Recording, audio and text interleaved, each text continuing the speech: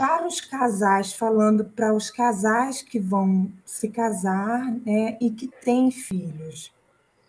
Esses filhos representam o futuro e também podem ser representados ali na cerimônia. Você tem, você tem falas sistêmicas que você também pode usar, e aí o terapeuta celebrante que estiver preparando a cerimônia para os noivos vai orientar e vai fazer com que tudo aconteça de uma maneira bem sistêmica, com todos de fato no seu lugar sistêmico.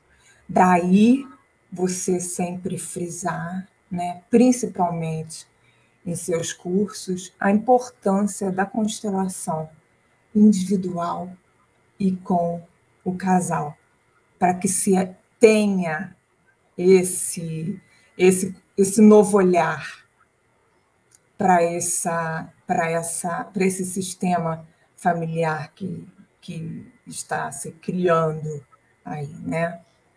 O acolhimento. E a gente nesse lugar, eu trago, acho que, cases muito reais. Eu também venho de relações anteriores com filhos de relação anterior.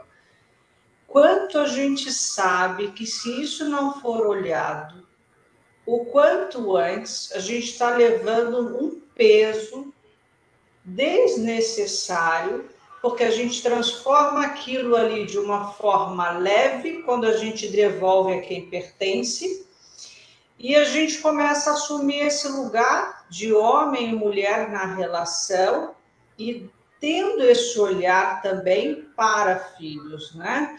Então, quando a gente percebe isso, quando o casamento sistêmico nos dá essa possibilidade?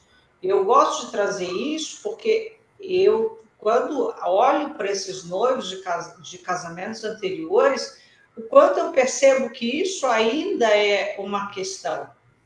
O quanto isso não está bem resolvido. Eu vou casar com ela, mas não vou incluir essa criança. Ou aquela relação que acha que não tem nenhuma responsabilidade, ou é aquela que também tem um amor cego.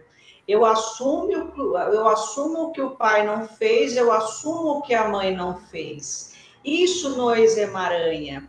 Então, um olhar sistêmico para essa situação vai trazer aí uma organização dentro desse sistema anterior que vai reverberar nesse sistema atual, falando de uma forma mais pessoal, mais informal. Olhamos para a relação anterior dos nossos parceiros, incluímos ela no coração e estamos livres para viver o amor.